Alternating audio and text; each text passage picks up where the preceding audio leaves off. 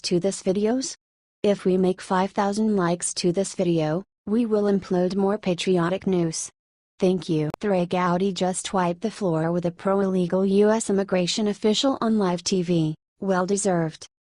There are incalculable individuals who view themselves as warriors in the battle against illegal immigration. Some even mask themselves as immigration authorities. That is precisely what's happening here. This liberal U.S. immigration official is contending that the 12 million illicit immigrants ought to have an unmistakable way to citizenship in this nation. Rep. Gowdy shuts her down right away and expertly. This is awesome. The issue with the left is that they believe that each unlawful immigrant is endeavoring to get away from the poverty of Mexico. That is not valid by any means. Illicit movement costs the United States many billions of dollars each and every year. It brings drug trafficking and wrongdoing. To state that ever illicit in the U.S. is here for a big-hearted reason is unadulterated obliviousness. This is the thing that Gowdy is endeavoring to traverse here. You can't protuberance every single illicit migrant into one classification, it simply doesn't work that way. It's not reasonable for a huge number of Hispanics that held up, experienced the procedure the right way, and got their citizenship the way it ought to be finished. Each illicit worker that comes in is a slap in the face to the individuals who really need to be here. The left will never reveal to you that part. What do you think about this? Do not hesitate and write your thoughts in the comment section below. Thank you for reading. HTS I'm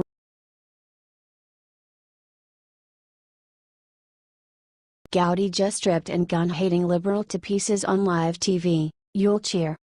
One of our most loved individuals, demonstrating, point of fact, that America needs leaders, not legislators, is South Carolina Representative Trey Gowdy. Not exclusively does Gowdy maintain the rights of the natives as directed by the Constitution, yet he conveys knockout punches to anybody sufficiently unfortunate to be in the last place anyone would want to be at the season of addressing. Nobody does it, and in addition him, and we're all the more cheerful for it. Whenever Obama and Hillary went up against the reason for confining the rights of individuals due to a no-fly list, a couple of things emerged. Without a doubt, nobody needs terrorists getting guns, yet an administration-run watch list, as directed by liberals, would have no legitimate or handy approach to get off said list, which implies that it was unlawful. In a hearing, Gowdy totally decimates an authority being addressed about the unlawful practice and leaves her completely astounded. What do you think about this? Do not hesitate and write your thoughts in the comment section below. Thank you for reading. HTS I'm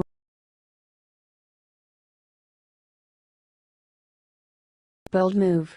Neil Gorsuch just slapped down in nation's public schools, this is epic. At the point when then Republican candidate Donald Trump talked the country over at endless arouses of how vital it was for a Republican to win the presidential nomination, so a conservative Supreme Court justice could be nominated to save the court's balance of power, little did the left acknowledge exactly how imperative that one single issue is for conventional conservatives. Furthermore, paying little mind to what the left toss in their endeavor to slander the Trump candidacy, conservatives understood that our republic was in question, and whatever distinctions we had with each other without a balanced Supreme Court, that esteems our Constitution as composed by our founding fathers, America would be damned. Also exactly how close we came was clear in the current Supreme Court decision passed on just as of late when interestingly the full board of 9 judges met up to settle on the destiny of Islam being taught in our public school system. The show being played out in secret and far from people in general, was no uncertainty a reaffirmation of America's standards as characterized inside our founding documents, that radical and unsafe teachings, for example, Sharia law or any belief system that repudiates essential human rights, won't be a piece of America's educational programs inside our public schools. The 5-4 administering outlined exactly how imperative the race of President Trump was and his pick of Judge Neil Gorsuch to the Supreme Court. Judge Gorsuch wrote, "The government certainly has no business involved in religion, but this is not a government issue or a religious issue. This is about the judicial branch interpreting the laws as they apply to the teaching of religion. We should teach all religions in this country besides the standard Judeo-Christianity, as our founders wanted, And we certainly should not fill the children with lies about Islam being a religion of peace when they see the carnage on the news almost every day.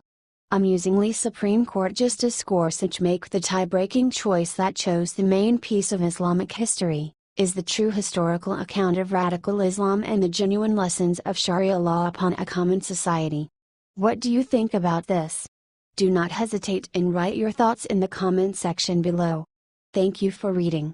H.T.U.S. Hair.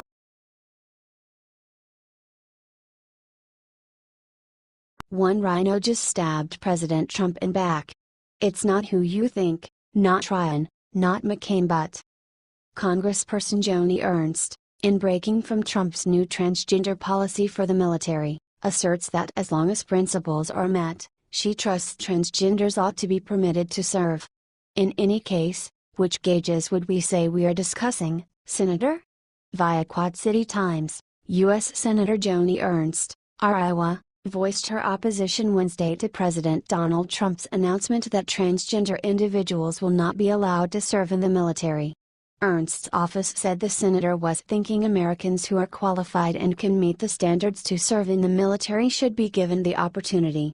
Ernst, who is a veteran, does not think taxpayers should pay for gender reassignment surgery, her office said in an email, but added that what is most important is making sure that service members can meet the physical training standards, and the willingness to defend our freedoms and way of life. Wednesday, Dick Durbin, DL, issued a statement saying the president's announcement comes on anniversary of President Harry Truman signing an executive order to desegregate the military. Instead of honoring the progress we made on this historic day, the president chose to put our military, once again, in the midst of a discriminatory policy, he said. How about we not mince words, Senator? You know, and I realize that this entire transgender business is a huge politically remedy social analysis intended to do a certain something, obscure the lines amongst male and female, to demonstrate a point that there is no contrast between the genders. It's silly. It's dumb. But then, here we are, in the 21st century, as yet debating whether men will be men and ladies are ladies. Damn the science and human life structures. Military availability is not tied in with something besides lethality. It's about regardless of whether somebody can go to war and viable protect themselves, their unit, their kindred warrior, or their nation. This business of being touchy to a man's sex dysphoria is idiotic, without a doubt. At the point when a nuclear strike takes out most, if not all, of Los Angeles, our Secretary of Defense and the leaders in our military won't be talking about the organization of transgenders, asking your pardon, ma'am. They will be making an unequivocal move to secure whatever remains of the country. P.S. Representative Durbin. Decent attempt, however, unfair strategies to exclude the admonition of regardless of whether our military should make conclusions on the contrasts between a man and a lady. Our military shouldn't be in the matter of progressive legislative issues. What do you think about this? Do not hesitate and write your thoughts in the comment section below. Thank you for reading. H.T. Quad City Times.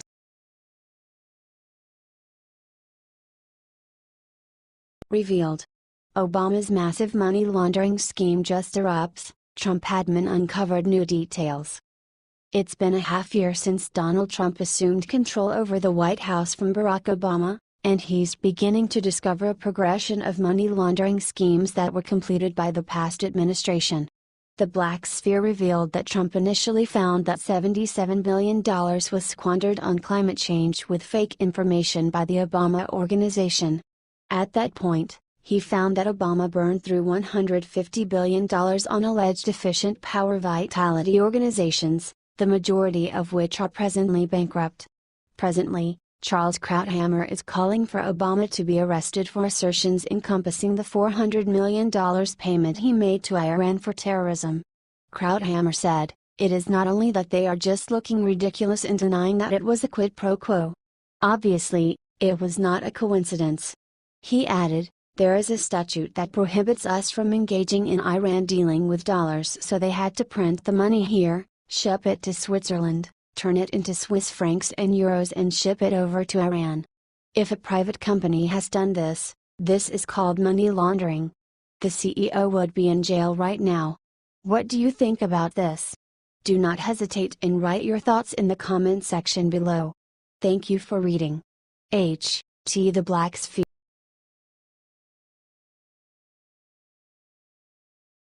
Flashback. Look what liberals, the moment when Bill Clinton tells the truth about Obamacare being a huge failure, MSM won't tell you this. You'd never know it now, however, some time ago not all Democrats were enamored with Obamacare. Back before the DNC had moved in, surrounded the wagons and was questioning everything Trump-related, a couple of them really broke out a number cruncher and acknowledged what a monster disappointment socialized medicine would be. In the event that you don't trust me, simply tune in to Slick Willie reveal to you what he pondered the possibility of the UN Affordable Care Act back before the DNC got everyone in bold step. Try not to misconstrue, we're not all of a sudden telling you to accept what the Clintons have to state, yet in the event that one of them chances upon a right scientific condition, it may, in any case, be worth investigating. In the case of nothing else, I trust this demonstrates exactly how much the left will change its story relying upon the general plan that they need to push. This person is campaigning for his wife, who was Obama's Secretary of State and a hopeful that later guaranteed to help the Affordable Care Act regardless. This is not just confirmation positive of the unscrupulous idea of the liberals, yet in addition, proof that they need to prepare themselves to not move down the sensible Republican strategies. I don't know who composed the first Clinton's discourse, yet they likely just composed what appeared well and good in the unique circumstance. It must be unfathomably hard to stay aware of what the left is advancing and what the lie of the week is. Similarly, as with any government official, or individual, truly, we would urge you to tune in and take their words as long as those words hold up in the structure of true rationale and reason and fit inside the limits of our national law. For this situation, the useful tidbits are originating from an exceptionally astounding source, however, as is commonly said where I come from, even a blind hog roots an acorn every once in a while. What do you think about this? Do not hesitate and write your thoughts in the comment section below. Thank you for reading. H.T. Yes, I'm right.